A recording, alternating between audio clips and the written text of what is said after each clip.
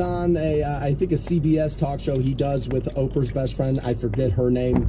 And they were talking about what Aaron had said about Jimmy Kimmel and alluding that Jimmy was going to be upset about the list coming out. Again, he never said he was going to be on the list. I think Aaron was making the point that Jimmy's denied the fact that there would ever be a list. I've said there's going to be a list, and there's a list, and he's going to look foolish when we see the list. Not that his name would be on it. Aaron did a bad job of explaining it. I feel like I just did a much better job of doing it right there.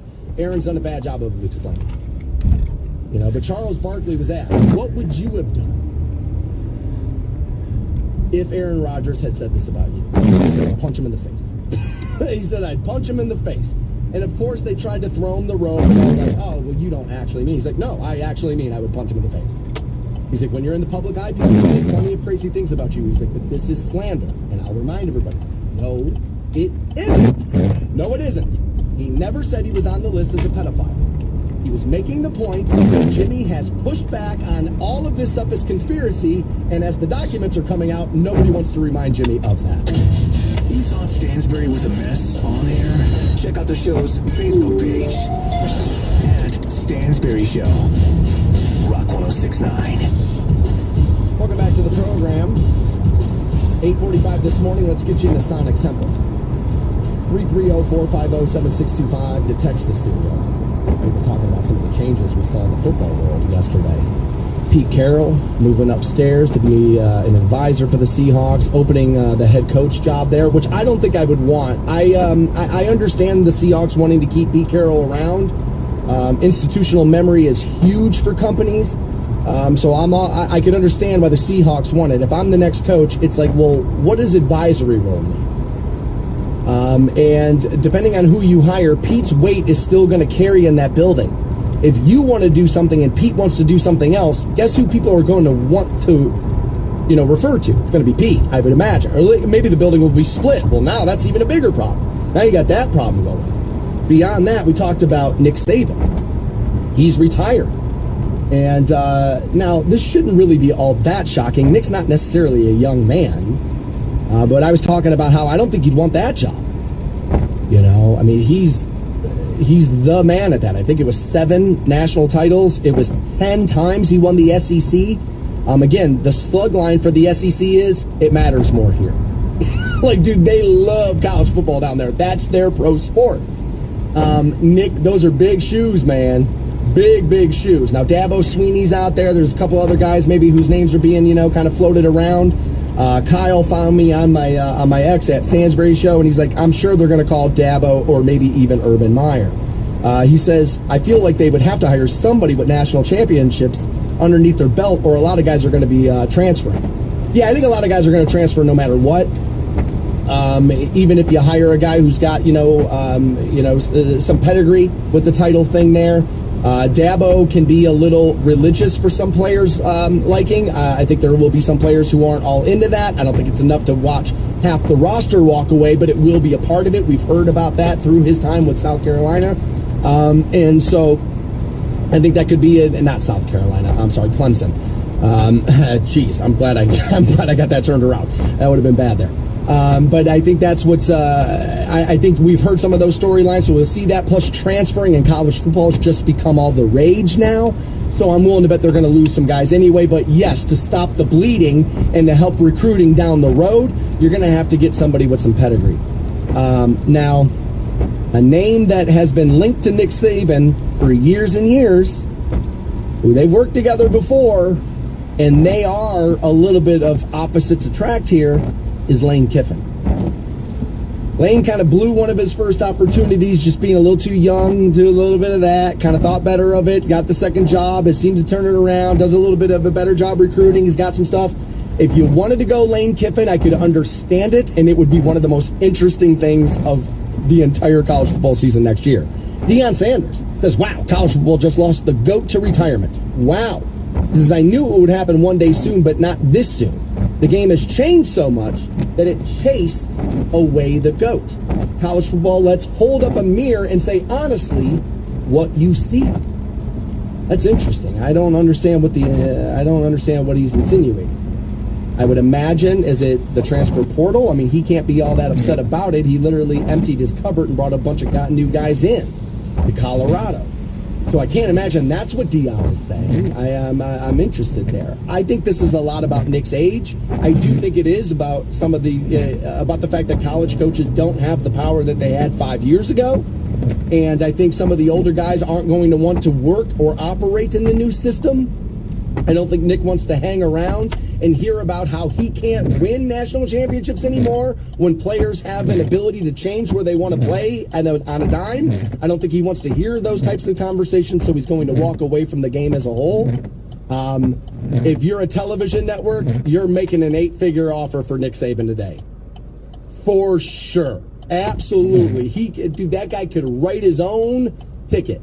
Whatever he wants to do in the broadcasting world, those networks would trip over themselves to get Nick Saban. Mike Tomlin's another one of those guys where people were talking about how maybe he could find himself without a job in the pro ranks. It's like, dude, CBS and Fox, dude, they'll give him whatever he wants. Literally whatever he wants. He's one of the best at the podium, and so is Nick. Nick is the better Bill Belichick at the podium. Because Nick won't tell you the thing, but he's entertaining when he's doing it. Bill's not always entertaining. Sometimes he's mostly condescending. Nick can be condescending, but you're going to laugh through it. Nick has a better sense of...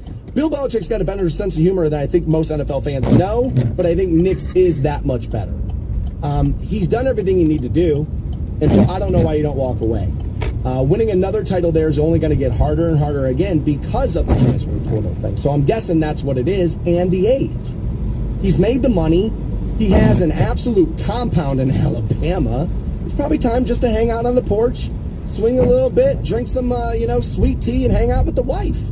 I mean, you did everything. Now, give that guy a year of doing nothing, and he'll be in his basement watching tape, doing this, because certain jobs you just can't get out of you. Dan texted in 330-450-7625 and was like, as you're talking about Saban this morning and you brought up Belichick, let's not forget the fact that the Cleveland Browns, again, got a playoff game come Saturday, wild card game there, had two of the best coaches in the history of coaching on that staff. Yeah, Belichick never really seemed to get along with the higher ups and that whole situation when he had been the Browns coach. Sometimes you got to go to your first job, kind of learn the mistakes, make those mistakes, kind of screw it up, and then get offered another job, and then you've learned. You figured it out, and maybe he went and got ownership and, management for him that gave him a little bit more leeway to build his thing and kind of do it that way. But, yeah, when you look back at that Cleveland Browns team, when you think about the fact of how good Bill Belichick and Nick Saban both are at their jobs, it's almost remarkable that didn't go better. It's almost hard to believe. But, again, look at those pictures of Nick and Bill back then. They look like children. They look like little kids. And it's maybe they were just a little young for that position. Probably more Bill than Nick there, right? And so I think a lot of times you get a job, it's maybe a little bit before you were ready to do it. A lot of performance jobs are going to be like that because the only way to get the experience is to do it. And so you get the job maybe a little bit before you're ready to be able to handle it. You kind of screw it up. Everybody fires you. You're an idiot. And then somebody takes a shot on you, and now you've learned. Like I've said, man, I've said it many, many times. I am better at what I do today than I was in 2000 when I started. Way better. Because of experience. This is a performance job. It's working without a net. And if you go back and listen to the first time I ever hosted midnight to 6 a.m. on the Buzzard, I don't sound anything like the way I do. Nothing. Now, I thought I was confident. I thought it was this and that. But if you go back and listen to that tape, it's like, Jesus, dude. This kid is urinating down his leg every time he opens that microphone. But that is not the way it sounds today. Like a wake and bake. With an easy bake oven. The Stansberry Show on Rock 1069. Welcome back to the program. And this was the most predictable thing of all time. But I was talking about coaches and the carousel, and Saban's out at Alabama, he's retiring, and Pete Carroll's moving upstairs for the Seahawks, and we started talking about how once upon a time the Cleveland Browns had both Nick Saban and Bill Belichick on the staff, and I was making the point that yes, earlier on in their career, they probably were not the coaches they are today. As a matter of fact, I think we know that to be true. And a lot of times, you get your first job, it didn't really go as well as you want, and then you kind of get kicked in the teeth a little bit, you learn, you move on, and you get better at what you do. And I was making that point about how I've been on the air, luckily, for, over 20 years now. And I do not sound the way I did when I first started. Now I'll say, people ask me all the time, do you still get nervous to go on the air? Not every day. Every day there's a realization that, dude, you're working without a net. You can fall and smack right into the pavement, baby. So pay attention. Pay attention now. So there's a little bit of that. There are days when I feel as if the content's not what I'm in love with. I'm a little bit more nervous on those days. There still is every moment, every morning, I should say, right before you go on the first time where there's the, all right, here we go. Here goes another one. It's not quite the same fear of when I first started. When I was doing overnights, again in Cleveland, my first shift ever was midnight to 8 a.m. That's a long time, right? And I remember just looking at that music log, and I was like, I only got 30 more minutes before I got to say something. I only got 25 more minutes before I got to say something. I only got 20 minutes. And I mean, it was just a full-on panic at all times. And I was talking about how I'm much more comfortable today than I was then, obviously. So, of course, this came in on the text line. And I'll apologize here. This person didn't give me their name. Hey, Stansbury, you're talking about how different you sound from the early days. How about a new segment called Throwback Thursday, cringeworthy clips? You give us 30 seconds of an old piece and then discuss. Los Angeles. All right, so here's the thing on that. I absolutely would love that idea, and that's what we in the business call easy street. Like, that's literally me just putting the feet up and taking a cigarette break and screwing around. So I love the idea. I'm not sure I'm going to be able to do it, as I have a hard drive that has every Maxwell show I ever did is on that. Just about, anyway. And most of my early run here at Rock 106.9. They have live in denied me Ohio. access to the USB ports in these computers, so I'm not able to keep as much through that hard drive. And if I can find things from when I was working solo on that will not be any good whatsoever, I will do that. Now, another thing we could do with that is I've talked about how a lot of my positions have changed in 20 years. Driving out through the middle of Amish country. I think what we could maybe do is go, hey, you want to hear Stansbury contradict himself? We can maybe work on a segment like that. Let me see if I can get access to these USB ports and these computers in here, get that hard drive in here, get it in the editor, and pull some clips. It probably won't be a week or two. Give me a little bit of time, and we'll see if we can't get that underway for you. I appreciate the text, and you can send yours. 330-450-7625 is how you do it. All right. I have long been a marijuana proponent. Now, part of that is because, well, I use said product. Now, I've said, I don't buy into this whole thing that marijuana is not addictive. I don't buy into that. I've seen it be addictive in my own life. During the Christmas break, holiday break, I found myself running out, and I was like, this is it. A lot better scenery whenever the sky's blue. And I was like, got about another 9 days the sun's out. Call the guy, get him here today. Sure enough, just kind of that's addiction. Dreary day. If you say to yourself in the same day, I'm going to be done. For a midwinter and then 2 Ohio. hours later, no, I'm not. Guess what? Welcome to addiction. I know nobody wants to hear that about that drug, but it is the reality. But that's not what we're going to talk about. Marijuana's got plenty of stereotypes attached to it. One of them is that it robs you of your motivation. I think I have seen this a little bit in my life. But they say here, a study claims that smoking weed before working out will actually boost your motivation and can make it more fun. Now, this reminds me of Ricky Williams. We've talked maybe a little too much football already, and we're going to talk a lot about tackle football coming up at 8 o'clock as California wants to put an end to it. It's not too bad out. But I remember Ricky Williams. It's a little chilly, but was telling everybody he was smoking weed before he working out, and I was like, man, that seems like that. It's actually warmer right now than it has been for the last couple weeks. 80% of cannabis users have mixed weed and working out. I don't buy that. It was just in the 80% of people who mid-20s. I don't think 80% 2 days of ago. marijuana users. I feel like that was written poorly there. It's supposed to go up into the 50s here later this week. To our madness.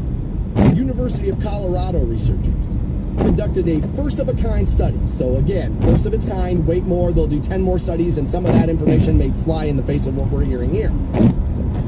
But they found that smoking weed before hitting the gym increases motivation and enjoyment. Well, increasing enjoyment, there is no denying. I will watch television shows I would never watch when I'm, when you smoke a little, smoke a little weed. It's like, all right, I'm going to be able to forgive this cheesiness here and look past the plot lines here and look at plot holes rather, and I'm going to be able to do that because of the marijuana, and I can see. Anytime I've ever had to go to like an in-laws, I've never been married, but you take the point, it's like, all right, dude, let's take the vape pen with us because this is going to suck, right? And like that kind of stuff. So of course, weed makes things more enjoyable. If it didn't, I don't think people would do it. Participants hopped on treadmills, they say, for 30 minutes after smoking marijuana and found not only did the time pass by quicker for them, but the workout felt harder when they ran sober. I'm not surprised by that. This is what a lot of people's criticisms of drugs and alcohol is that it shades your opinions, it shades your not all the time, time, and it changes your perceptions on what's going on around you. Once in a while. The team suspected the runner's high is stemming from the drug tapping into naturally produced brain chemicals that make you feel euphoric. I don't have a problem believing that either. The runner's high is likely caused by chemicals in the brain called endogenous cannabinoids with kickoff after longer workouts. The reality is some people will never experience the runner's high, that according to the first author. 42 participants who were already town they call Sugar Creek. They were then divided into two different groups. One, and each person redid the experiment while under the influence. Still adjusting and to under the culture. The influence of marijuana. Across the board, participants reported greater enjoyment and more intense euphoria or runner's high when exercising after using everybody's healthy. Moving up. In the CBD group than the THC group, suggesting athletes can get some of the same benefits to mood, changing the mood while working out without the impairment that can come with THC. And I could believe some of that too. I have seen this in my own life. I will run on a treadmill or an elliptical, maybe even do stationary bike when going to the gym. I should probably go today. And it is a little true. Got a couple new videos coming up here soon. It's so working on them right now. On the couch and I smoke weed. The thing I don't want to do, wash my dishes, probably isn't getting done. Went out of town for our 2nd year anniversary. Right? It somehow will stop me from doing that. But I will got a video of that coming up, and working on a New Year's Eve all right, one more song. video that we. All right, we can do this. Give me another 5 minutes. I gotta go through some of the video on that. All the rage right now. Blank out certain people's faces and stuff that don't want to be in it. It kind of puts you in that place where whatever's going around you, you're just kind of okay with it, which could both be a benefit and a detriment of smoking marijuana there, right? They say the bottom line is that cannabis before exercise seems to increase positive mood and enjoyment.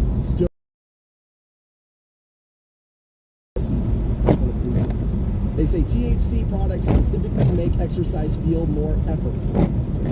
The University of Colorado conducted a previous study that found how many people smoke weed before going to the gym. In a 2021 study, it revealed that while running at the same speed and intensity as the CBD group, THC participants reported that it was much more difficult than running sober.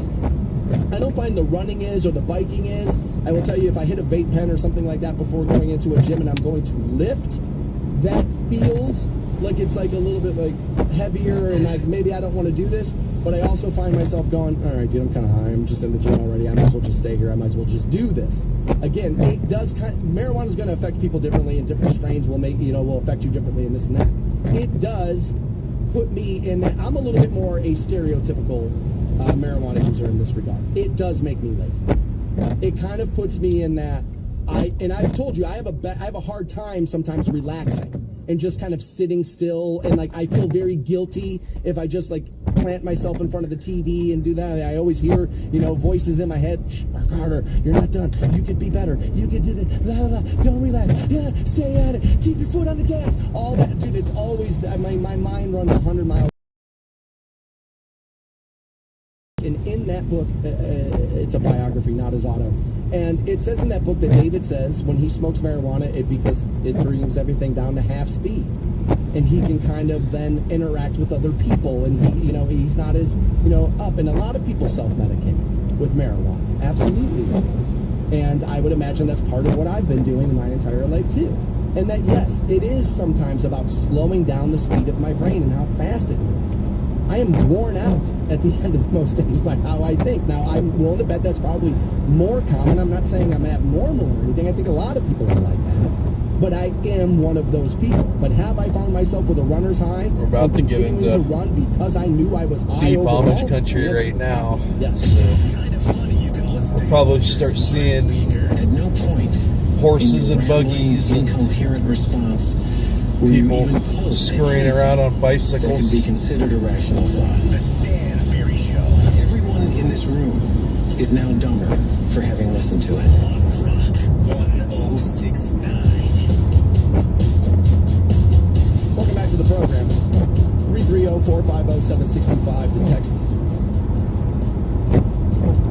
You also need that number at 8:45 to get yourself into Sonic Temple. I have those tickets today, too.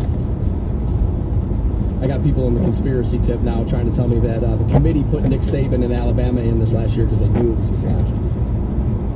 Nick Saban retires yesterday. I don't see it. Most people felt like Alabama didn't have the team to win the national title, just felt like they might have been still one of the best sport teams in the country. You can be one of the best sport teams in the country and not be a team that can win the title. I think most people kind of felt like Michigan was going to be the team this year. I don't see it. That's all the conspiracy theory you need for the committee looking to put Alabama in versus somebody else. That's the conspiracy. Moonwalking into the College Sports Hall of Fame, College Football Hall of Fame, all of them. We're crying out loud. He's moonwalking in. So I don't see that. The conspiracy theory of it being a better television rating, that I think is a stronger conspiracy. Conflicting stories here. Now, one's out of it should be running businesses. Most people I know, and I don't know you, so settle down. Most people I know should not be running a business. In being a co-owner with workers that I think absolutely got better at their job because of remote work. Are there other people where that's less true of? Yes. Say their boss is capable, confident, and fair. To read that. My direct report, I would absolutely list